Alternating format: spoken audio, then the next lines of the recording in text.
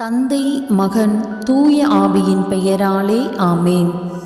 யோசுவா நூலிலிருந்து வாசகம். அதிகாரம் 24. செக்கேமில் உடன்படிக்கையை புதுப்பித்தல். செக்கேமில் யோசுவா இஸ்ரேலின் எல்லா குலங்களையும் ஒன்று கூட்டினார். இஸ்ரேலின் முதியோர்களையும் தலைவர்களையும் நடுவர்களையும் அதிகாரிகளையும் அழைத்தார். அவர்கள் கடவுள் முன்னிலையில் ஒன்று கூடினர். யோசுவா எல்லா மக்களுக்கும் கூறியது: இஸ்ரேலின் கடவுளாகிய ஆண்டவர் இவ்வாறு கூறுகின்றார். முற்காலத்தில் ஆபிரகாம், நாகோர் ஆகியோரின் தந்தை தேரா உட்பட உங்கள் மூதாதையர் நதிக்கு அப்பால் வாழ்ந்த பொழுது அவர்கள் மற்ற தெய்வங்களுக்கு ஊழியம் செய்தனர். உங்கள் தந்தையாகிய ஆபிரகாமை நதிக்கு அப்பாலிலிருந்து அழைத்து வந்து கானான் நாடு முழுவதிலும் நடத்தி சென்றேன். அவனது வழிமரபை பெருக்கினேன். அவனுக்கு ஈசாக்கை அளித்தேன். ஈசாக்கிற்கு யாக்கோபையும் ஏசாவையும் அளித்தேன். ஏசாவுக்கு செபீர் மலையை உடைமையாக அளித்தேன். யாக்கோபும் அவன் மக்களும் எகிப்திற்கு சென்றனர். மோசேயையும் ஆரோனையும் அனுப்பி அங்கே என் செயல்களின் மூலம் எகிப்தை வதைத்தேன். பின்னர் உங்களை வெளியே கொணர்ந்தேன். உங்கள் தந்தையரை எகிப்திலிருந்து வெளியே கொணர்ந்தேன். அவர்கள் கடலுக்குள் சென்றார்கள். எகிப்தியர் தேரில் குதிரைகளுடன் செங்கடலுக்குள் உங்கள் தந்தையரை துரத்தி சென்றனர். அவர்கள் ஆண்டவரை நோக்கி கதறினர். அவர் அவர்களுக்கும் எகிப்தியருக்கும் இடையில் இருளை வைத்தார். அவர் எகிப்தியரை கடலில் அமிழ்த்தினார். நான் எகிப்தியருக்கு செய்ததை அவர்கள் கண்கள் கண்டன. நீங்கள் நீண்ட காலம் பாலை நிலத்தில் வாழ்ந்தீர்கள். யோர்தானுக்கு கிழக்கில் வாழும் எமோரியரின் நாட்டுக்கு உங்களை கொண்டு வந்தேன். அவர்கள் உங்களுடன் போரிட்டார்கள். நான் அவர்களை உங்கள் கையில் ஒப்படைத்தேன். அவர்களது நிலத்தை நீங்கள் உடைமையாக்கி கொண்டீர்கள். உங்கள் முன்னிருந்து அவர்களை அழித்து ஒழித்தேன். மோவாபின் அரசன் சிப்போரின் மகன் பாலாக்கு இஸ்ரேலுக்கு எதிராக படை திரட்டி போர் தொடுத்தான். உங்களை சபிக்குமாறு பெகோரின் மகன் பிழையாமை அழைக்க ஆள் அனுப்பினான். நான் பிழையாமுக்கு செவி கொடுக்க விரும்பவில்லை. அவன் உங்களுக்கு ஆசி வழங்கினான். உங்களை பாலாக்கின் கையினின்று விடுவித்தேன். நீங்கள் யோர்தானை கடந்து எரிகோவுக்கு வந்தீர்கள். எரிகோவின் மக்களும் எமோரியரும் பெரிசியரும் கானானியரும் இத்தியரும் கிர்காசியரும் இவ்வியரும் எபூசியரும் உங்களுக்கு எதிராக போர் தொடுத்தனர். அவர்களையும் உங்கள் கையில் ஒப்படைத்தேன்.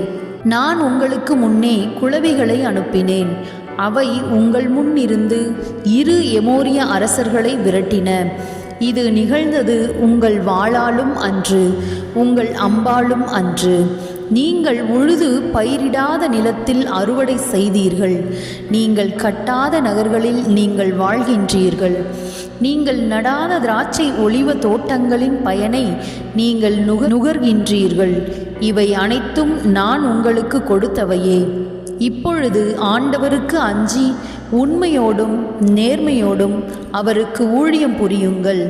நதிக்கு அப்பாலும் எகிப்திலும் உங்கள் மூதாதையர் பணிந்து வந்த தெய்வங்களை விட்டு விலகுங்கள். ஆண்டவருக்கு ஊழியம் புரிவது தீயது என்று உங்கள் பார்வைக்கு தோன்றினால், உங்கள் மூதாதையர் நதிக்கு அப்பால் பணிந்து வந்த தெய்வங்களுக்கோ உங்கள் நாட்டில் உங்களுடன் வாழும் எமோரியரின் தெய்வங்களுக்கோ இவர்களுள் யாருக்கு ஊழியம் செய்வீர்கள் என்பதை நீங்களே இப்போது முடிவு செய்யுங்கள். ஆனால் நானும் என் வீட்டாரும் ஆண்டவருக்கே ஊழியம் செய்வோம். மக்கள் மறுமொழியாக, ஆண்டவரை கைவிட்டு வேற்று தெய்வங்களை வணங்குவது எங்களிடத்தே அறவே நிகழாதிருப்பதாக. ஏனெனில் எங்கள் கடவுளாகிய ஆண்டவர் எங்களையும் எங்கள் மூதாதையரையும் அடிமைத்தன வீடாகிய எகிப்து நாட்டிலிருந்து வெளியே கொண்டு வந்தார். எங்கள் கண்முன் இப்பெரிய அடையாளங்களை செய்தார். நாங்கள் நடந்து வந்த எல்லா வழிகளிலும் நாங்கள் கடந்து வந்த மக்களிடையிலும் எங்களை காத்தருளினார். ஆண்டவர் எல்லா மக்களையும் இந்நாட்டில் வாழ்ந்த எமோரியரையும் எங்கள் முன்னிருந்து விரட்டினார்.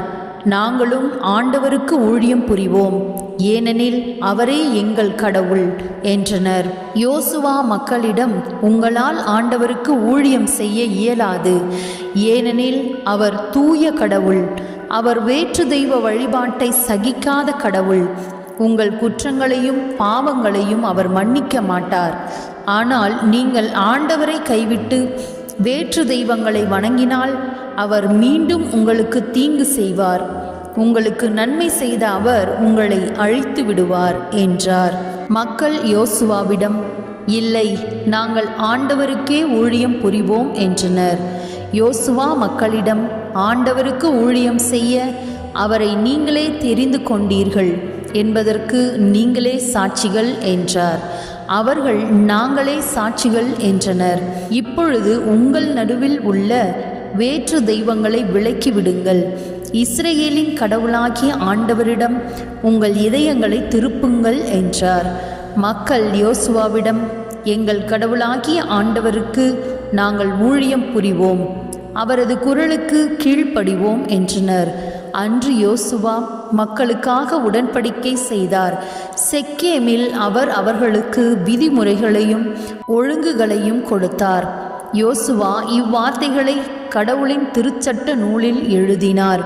ஒரு பெரும் கல்லை எடுத்து அதை ஆண்டவரின் திருத்தலத்தில் ஒரு கருவாலி மரத்தின் கீழ் நாட்டினார்.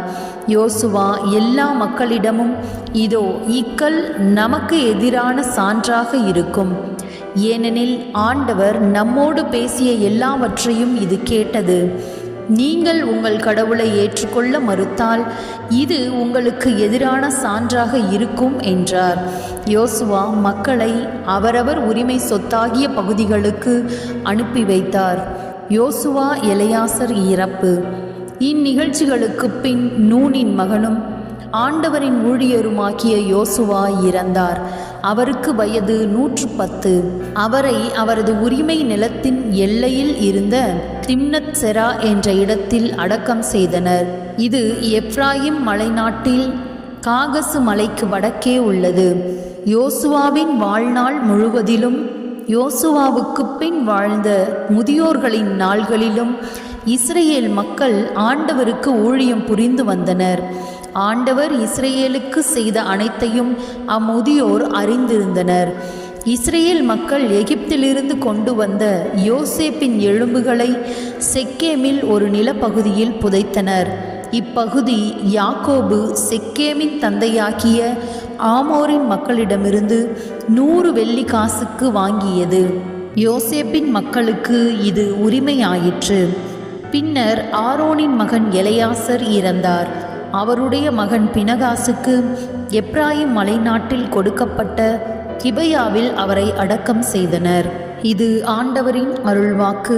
இறைவா உமக்கு நன்றி. அன்புக்குரியவர்களே, யாவே இறைவன் என்ற நம்முடைய சேனலை சப்ஸ்கிரைப் செய்து வைத்துக் கொள்ளுங்கள். ஆண்டவருடைய வார்த்தைகளை நீங்கள் தொடக்க நூல் முதல் கேட்க விரும்பினால் நம்முடைய சேனலில் உள்ள பிளேலிஸ்ட் பக்கத்தில் தொடக்க நூல் முதல் அனைத்து அதிகாரங்களும் உள்ளன. நீங்கள் கேட்டு பயன்பெறலாம். அனுதினமும் வீட்டில் விவிலியத்தை எடுத்து வாசியுங்கள். யோசுவா என்னும் இந்நூல் இத்துடன் நிறைவு பெறுகிறது. ஆண்டவருடைய வார்த்தைகளை என்னுடன் சேர்ந்து நீங்கள் அனுதினமும் வாசியுங்கள். ஆண்டவருடைய வார்த்தைகள் நமக்கு பலவற்றை கற்றுக் கொடுக்கும். உங்களுடைய வாழ்க்கை அற்புதமாக மாறும். எல்லா கட்டுகளிலிருந்தும் பிரச்சனைகளிலிருந்தும் ஆண்டவர் உங்களை விடுவிப்பார். அதை நீங்களே உணர்வீர்கள். ஆண்டவர் உங்களை நீண்ட ஆயுளினாலும் நிறைவான செல்வத்தினாலும் குறைவில்லாத மகிழ்ச்சியினாலும் நிரப்பி ஆசீர்வதித்து வழி நடத்துவாராக. ஆமீன்.